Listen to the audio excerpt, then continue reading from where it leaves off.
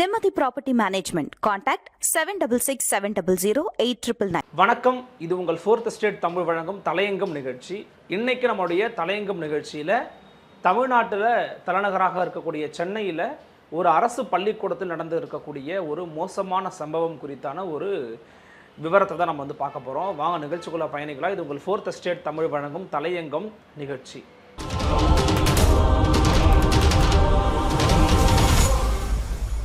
அன்னை பர்னிச்சர்ஸ், அன்னை திருமண சீர்வரிசை பொருட்கள், டிவி, ஃபிரிட்ஜ், வாஷிங் மெஷின் உள்ளிட்ட 200க்கும் மேற்பட்ட பொருட்கள் அடங்கிய திருமண சீர்வரிசை ரூபாய் 99,000 மட்டுமே. தமிழகம் முழுவதும் இலவச டோர் டெலிவரி. தொடர்புக்கு 7550014440 9345044044.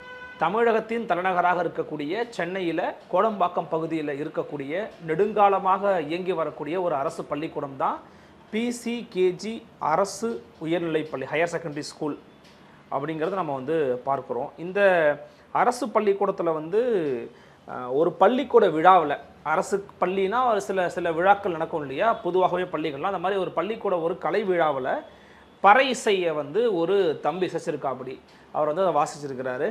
ஸோ அதன் பிறகு அவருக்கு நடந்த சம்பவங்களை ரொம்ப மோசமான சம்பவங்களாக இருந்திருக்கிறது. அதில் குறிப்பாக அந்த தம்பி பேர் பார்த்திங்கன்னா தமிழ்வாணன். அந்த தம்பியினுடைய தந்தையார் பார்த்திங்கன்னா இந்த மயான பகுதியில் உதவியாளராக வேலை பார்க்குறாரு, தகனம் செய்ய இடங்களில் வேலை பார்க்குறாரு அப்படிங்கிறது தெரிய வருகிறது. இதன் காரணமாகவே இவர் ஒரு பட்டியலினத்தை சேர்ந்த தம்பி அப்படிங்கிறதுனால இவர் மிக மோசமான முறையில் அங்கே இருக்கக்கூடிய உடற்பயிற்சி ஆசிரியர், அதாவது உடற்கல்வி ஆசிரியர்னு சொல்லுவாங்களே, PT வாத்தியார், அவரும் இன்னொரு கணித ஆசிரியை ஒருத்தவங்களும் 2 பேரும் சேர்ந்து ரொம்ப மோசமாக நடத்தியிருக்கிறதாகவும், மிக குறிப்பாக இதில் என்ன ஒரு அதிர்ச்சிகரமான செய்தி அப்படின்னு பார்த்தீங்கன்னா, தலைமை ஆசிரியர் தலையிட்டு இது ரொம்ப தவறு அப்படின்னு சொல்லி அவங்க பேசியிருக்காங்க. தலைமை ஆசிரியர் இந்த பள்ளிக்கூடம் ரொம்ப நாளமாக ரொம்ப மட்டுத்தட்டு போயிருக்குது, ரொம்ப தொழில்நுட்ப ரீதியாக நிறைய விஷயங்கள் வளர்க்க வேண்டியது இருக்குது அப்படின்னு சொல்லி அவங்க புதிதாக பொறுப்புக்கு வந்த பிறகு நிறைய விஷயங்களை மேற்கொண்டு வந்ததாகவும், ஆனால் அந்த தலைமை ஆசிரியர்கிட்ட போய் இந்த தம்பி முறையிட்டவுடன் நீங்கள் வகுப்புக்கு போக அப்படின்னு சொல்லியும் கூட அவர் வகுப்புக்குள் அனுமதிக்கப்படவில்லை அப்படிங்கிற செய்தி நமக்கு கிடைச்சிருக்குது. ரொம்ப குறிப்பாக இந்த வீடியோவை நம்ம இன்னைக்கு காலையில் நம்மளுடைய சமூக வலைதளத்தில் நம்ம போட்டிருந்தோம். ஃபோர்த் ஸ்டேட் தமிழ் ஊடகத்தின் சார்பாக நம்ம போட்டிருந்தது வீடியோவை ட்விட்டர் தளங்களில், சமூக வலைதள பக்கங்களில். இது நமக்கு மூத்த பத்திரிகையாளர்கள் திகழக்கூடிய TV சோமு அவர்களும் இதை குறித்து நம்மள்கிட்ட தகவல் பகிர்ந்திருந்தாங்க. அது மட்டும் இல்லாமல் சமூக ஆர்வலராக இருக்கக்கூடிய பட்டியலின மக்களினுடைய விடுதலைக்காகவும் தொடர்ந்து அவருடைய விஷயங்களுக்காகவும் போராடி வரக்கூடிய நபராக இருக்கக்கூடிய திரு குபேந்திரன் அவர்களும் இது குறித்தான செய்தியை நம்மள்கிட்ட பகிர்ந்துக்கிட்டாங்க. இவங்க சொல்லக்கூடிய விஷயங்களை நம்ம அனலைஸ் பண்ணி பார்த்தோம் அப்படின்னா, தமிழ்நாட்டில் நீங்கள் ஏற்கனவே நம்ம பார்த்துருக்குறோம், நாங்குநேரி பகுதியில் ஒரு தம்பியை அறிவாளால் வெட்டினாங்க. அடிப்படையில் அதுக்கு என்ன காரணமாக இருந்திருக்குன்னா, மாணவர்கள் மத்தியில் இருந்திருக்கக்கூடிய சாதிய மேலாதிக்க உணர்வுகள் காரணமாக இருந்திருக்குது. அதை துடை தெரியணும் அப்படின்னா அதற்கான வழிவகைகள் என்னென்ன செய்யணும் அப்படின்னு நீதியரசர் K. சந்துரு அவர்கள் ஒரு அறிக்கையை கூட தமிழ்நாடு அரசுகிட்ட சமர்ப்பிச்சிருந்தாங்க. ஆனா இப்ப நமக்கு என்ன தெரிய வருது அப்படின்னா, இதே போல இன்னொரு சம்பவம் கூட உங்களுக்கு நினைவு இருக்கும்னு நினைக்கிறேன்.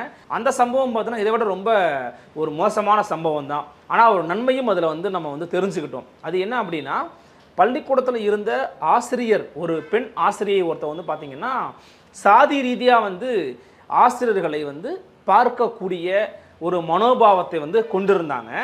அப்போது அந்த தம்பி ஃபோனில் பேசின தம்பி என்ன சொல்கிறாருன்னா, எல்லோரும் சமந்தானே டீச்சர் அப்படின்னு அந்த டீச்சர்கிட்டே ஒரு பாடம் எடுத்த ஒரு விஷயத்தையும் நம்ம தமிழ்நாட்டில் நம்ம பார்த்தோம்.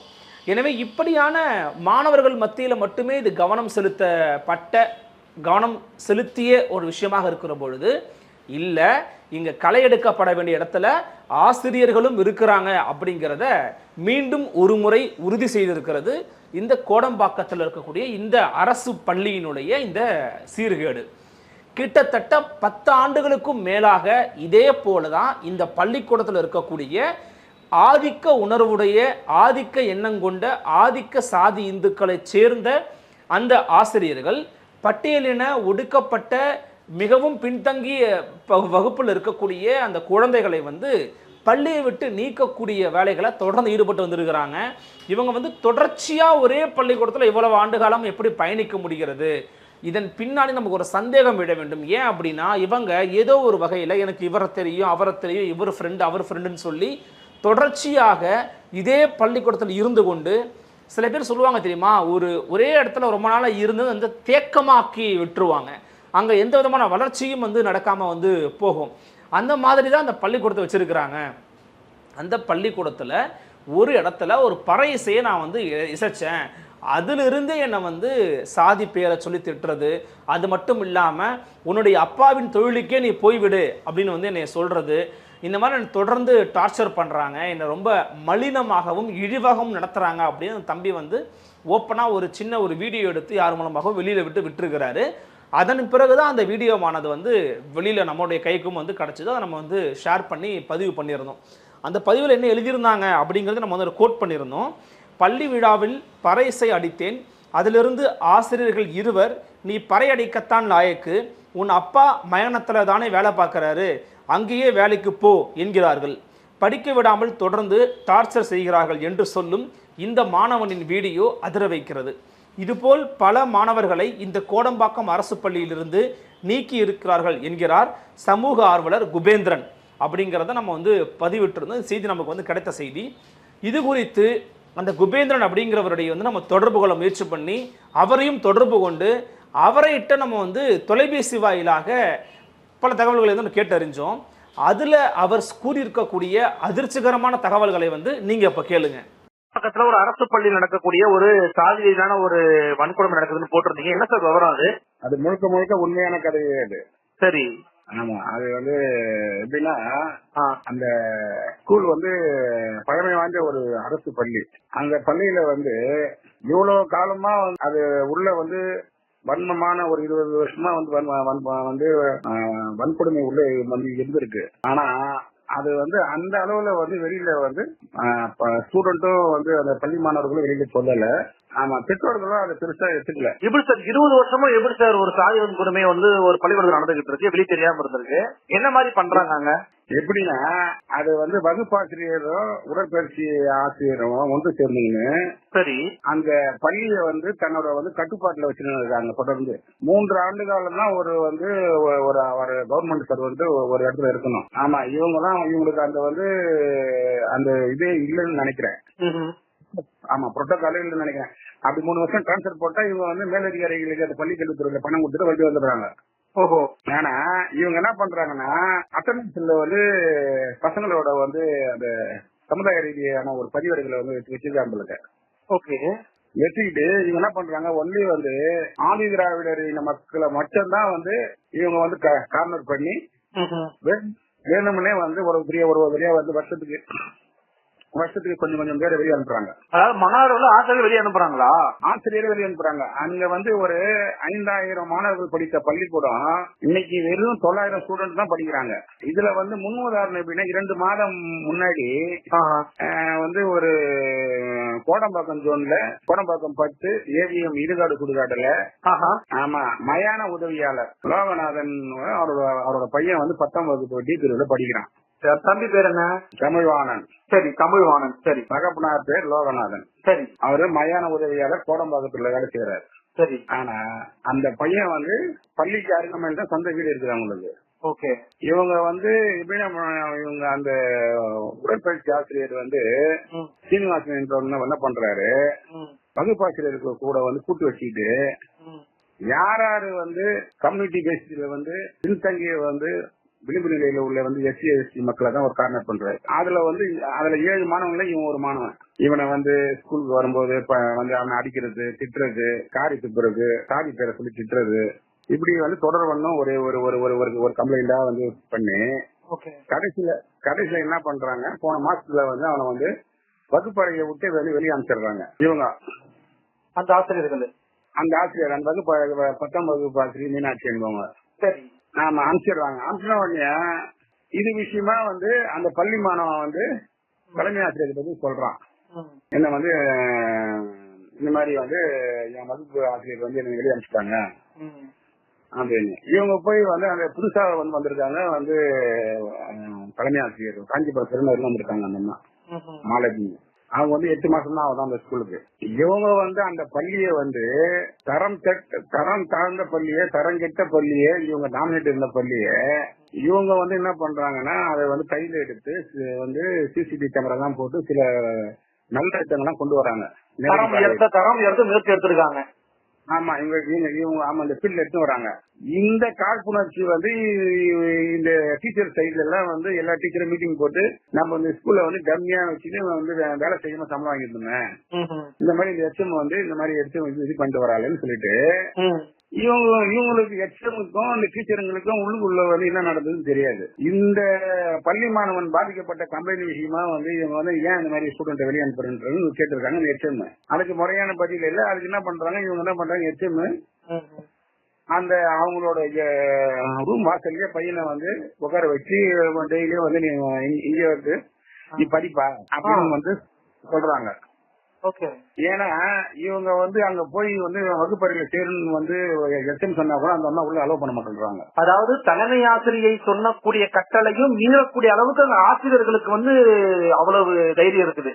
தைரியம் டாமினேஷன் ஆதிக்க உணர்வு இருக்குது. ஆதிக்க உணர்வு இருக்குது.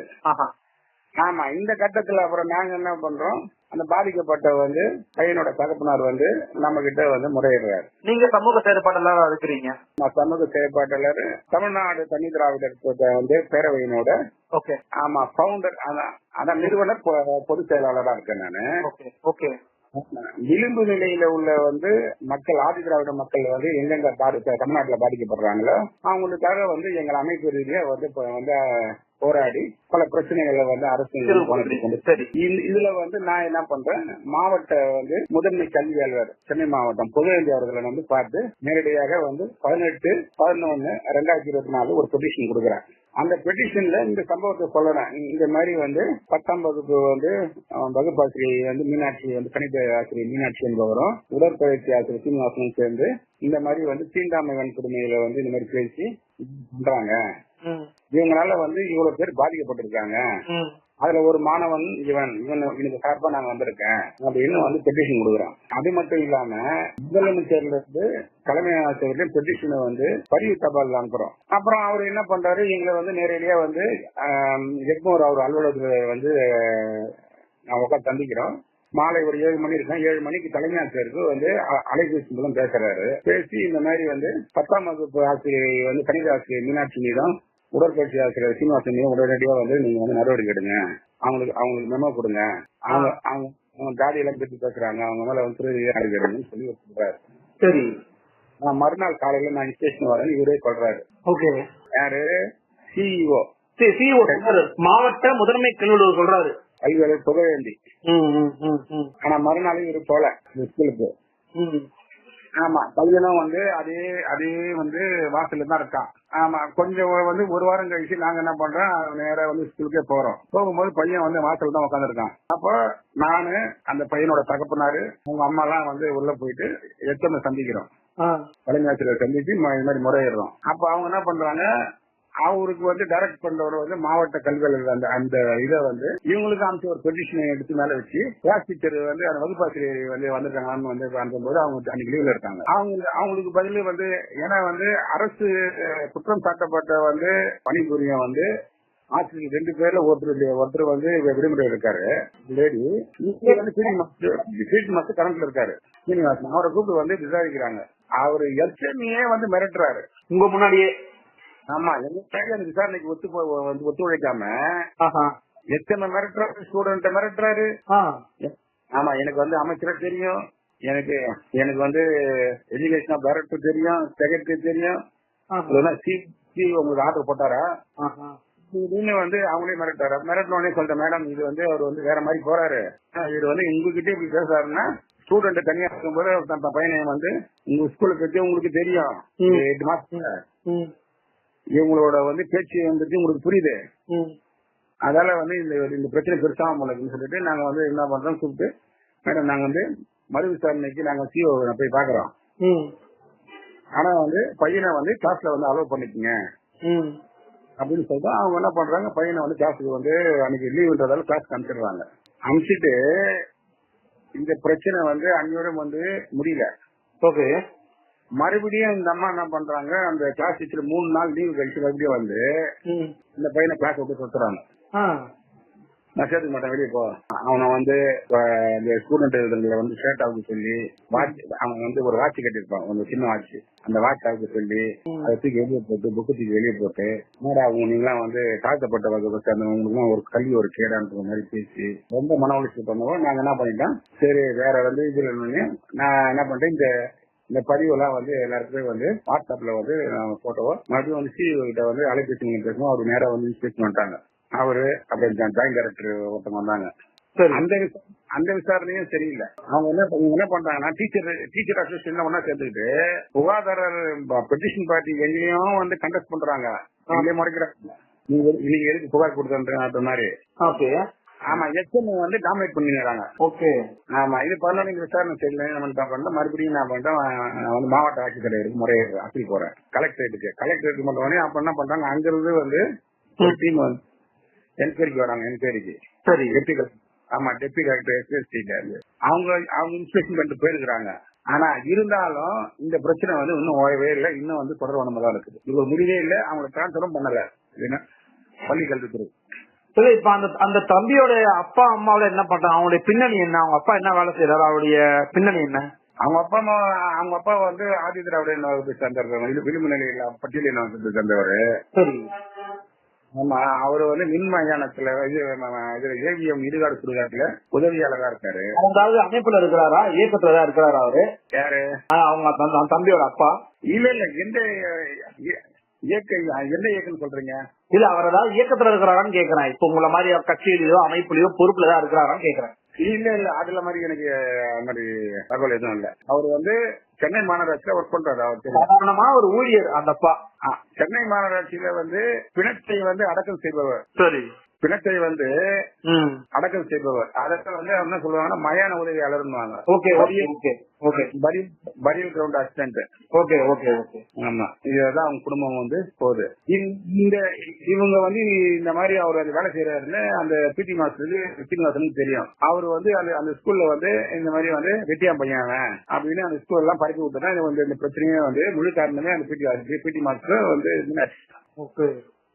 ஆமா, அவரு 900 ஸ்டூடெண்ட்னா 900 ஸ்டூடெண்ட் இந்த பையனை மட்டும் தனியா வந்து ஆக்டிங் பண்ணிருக்கு. இது ஒன்றுமா இருக்குது. ரொம்ப நன்றி, நாங்க இதை வெளியே தெரியப்படுத்துறோம். இவர் சொல்லக்கூடிய தகவல்கள் அடிப்படையில் நம்ம கேட்கும்போது தமிழ்நாட்டில் இருக்கக்கூடிய ஒவ்வொரு அரசு பள்ளியையும் தனியார் பள்ளியையும் நம்ம வந்து எவ்வளவு கவனம் செலுத்தி பார்க்கணும் அப்படிங்கிறத நமக்கு வந்து இது அடிக்கோடிட்டு காட்டுதுங்க. மாணவர்கள் மத்தியில் மட்டும் சாதிய உணர்வுகள் அப்படிங்கிறது கடத்தப்படுவது கிடையாது. அவர்களையும் தாண்டி அந்த இடத்துல அவர்களை ஒழுங்குபடுத்த இடத்துல இருக்கக்கூடிய ஆசிரியர்கள் மத்தியில் எப்படியாக சாதிய உணர்வுகள் மேலோங்கி இருக்கிறது அப்படிங்கிறதுக்கு இந்த கோடம்பாக்கம் அரசு பள்ளி அப்படிங்கிறது ஒரு சின்ன உதாரணம் தான், டிப் ஆஃப் த ஐஸ்பர்க்னு கூட நம்ம சொல்லலாம். ஏன்னா தமிழ்நாடு முழுக்க இருக்கக்கூடிய அரசு பள்ளிகளில் இருக்கக்கூடிய தனியார் பள்ளிகளில் இருக்கக்கூடிய ஆசிரியர்களுக்கு முதல்ல கவுன்சிலிங் கொடுக்கணும் அப்படிங்கிற கோரிக்கையும் அவர்களை ஒழுங்காக அறிவுமயப்படுத்தணும் அப்படிங்கிற கோரிக்கையும் வெகு காலமாக பல்வேறு கல்வி செயல்பாட்டாளர்கள் சொல்லக்கூடிய ஒரு கருத்தாக தான் இருந்துகிட்டு இருந்துச்சு. ஏன் அப்படின்னா இடஒதுக்கீடு பற்றிய புரிதலோ அல்லது தமிழ்நாட்டினுடைய யதார்த்தமான கல்வி சூழலை பற்றிய புரிதலோ மாணவர்களை பற்றிய புரிதலோ பகுத்தறிவு சிந்தனை அப்படிங்கிற பற்றின புரிதலோ சயின்டிஃபிக்காக எப்படி அப்ரோச் பண்ணுறது அப்படிங்கிற ஒரு புரிதலோ இல்லாமல் பல ஆசிரியர்கள் நேரடியாக வந்து மாணவர்களுக்கு பாடம் எடுக்க வந்துடுறாங்க. அப்படி வருவதன் மூலமாக ஏற்பட்ட சிக்கல்கள் என்ன அப்படின்னா, அவர்கள் மனசில் இருக்கக்கூடிய சாதிய ஆதிக்க உணர்வுகளும் சாதிய எண்ணங்களும் தன் எதிரில் இருக்கக்கூடிய மாணவர்கள் மேலே வந்து செலுத்துகிறாங்க. அதே சமயம் அந்த பள்ளிக்கூடத்தில் இருக்கக்கூடிய தன் சுயசாதியை சேர்ந்த நபர்களோடு ஒருங்கிணைகிறாங்க. ஸோ சாதியை வச்சு ஒரு லாபியை வந்து ஒரு பள்ளிக்கூடத்துக்குள்ளேயே உருவாக்கி அந்த லாபியை வச்சு வெகு காலமாக ஒரு பள்ளிக்கூடத்துக்குள்ளேயே ஓட்டக்கூடிய அளவுக்கான பல வேலைகளை செய்து கொண்டிருக்கிறார்கள் அப்படிங்கிறதையும் நம்மளால் புரிஞ்சுக்க முடியுது. அப்போ இந்த இடத்துல செய்ய வேண்டிய விஷயம் என்ன? மாணவர்கள் கையில் கயிறு கட்டக்கூடாது அப்படின்னு நம்ம எப்படி சொல்கிறோமோ அதே போல் ஆசிரியர்கள் மனசுலையும் இருக்கக்கூடிய சாதி அப்படிங்கிற கயிறை அறுத்தெறிய வேண்டிய ஒரு நிலைமைக்கு நம்ம தள்ளப்பட்டிருக்கோம் அப்படின்னு நம்ம பார்க்கணும். ஏன்னா ஆசிரியர்கள் தான் ஒரு எதிர்கால மாணவ சமுதாயத்தை உருவாக்குறாங்க. அவர்கள் தான் சமத்துவ எண்ணங்களை போதிக்கணும். அவங்க தான் சகோதரத்துவத்தை பேணுவதற்காக பல அறிவுரைகளை சொல்லணும். அவங்க தான் அவங்களுடைய பாத்தையே வந்து ஃபிக்ஸ் பண்ணி விடுறாங்க. ஆனால் அவங்களே இன்னைக்கு வந்து சாதி ரீதியாக பேரை சொல்லி திட்டுறது, சாதி ரீதியாக ஒருத்தனை அணுகிறது, நீ உங்கள் அப்பா தொழிலையே போய் செய் போ அப்படின்னு சொல்கிறது, இதெல்லாம் வந்து எவ்வளவு கொடூரமான ஒரு அணுகுமுறை அப்படிங்கிறத நம்ம புரிஞ்சுக்கணும்.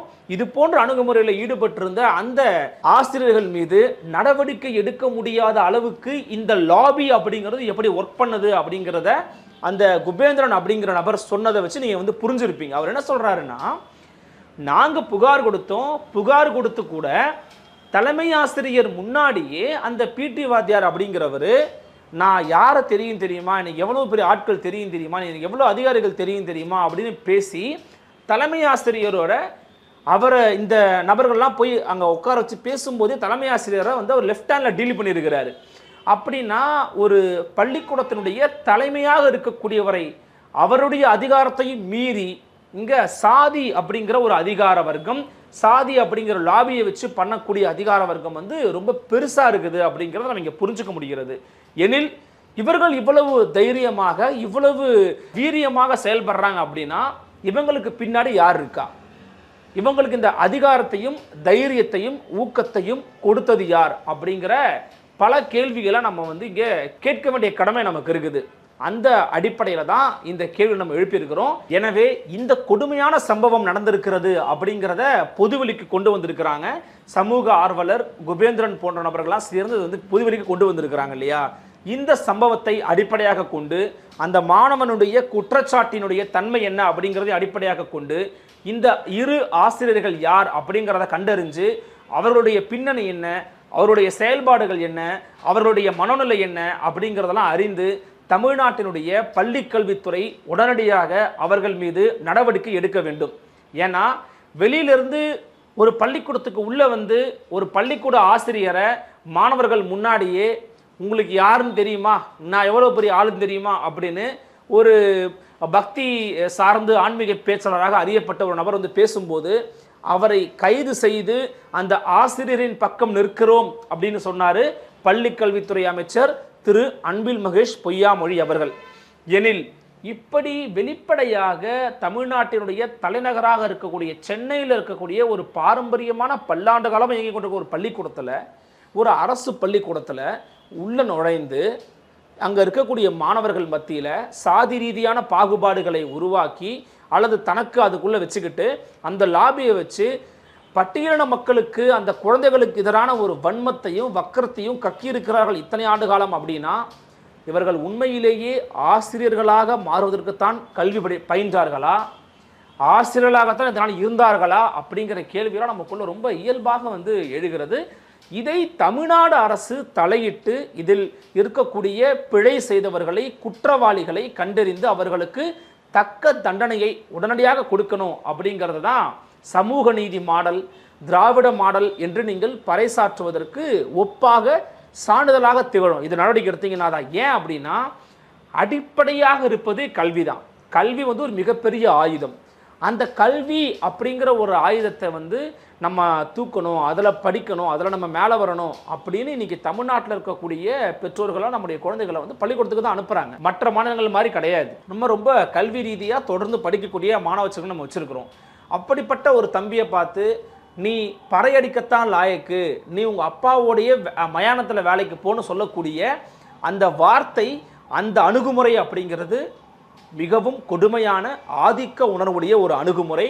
அந்த அணுகுமுறைக்கு, அந்த வார்த்தைகளுக்கு சரியான தக்க பதிலடியை யார் கொடுக்க முடியும் என்றால் இதே அதிகாரத்தை தன் கையில் வைத்திருக்கக்கூடிய பள்ளிக்கல்வித்துறை தான் கொடுக்க முடியும். தக்க நடவடிக்கையை தமிழ்நாடு அரசு எடுக்கும் என்று நம்புவோம். உங்களுடைய எண்ணங்கள் என்ன அப்படிங்கிறத கமெண்ட் செக்ஷனில் பதிவு பண்ணுங்கள். மற்றும் ஒரு தலைப்பில் மற்றும் ஒரு தலையங்கத்தில் சந்திக்கிறேன். நன்றி, வணக்கம்.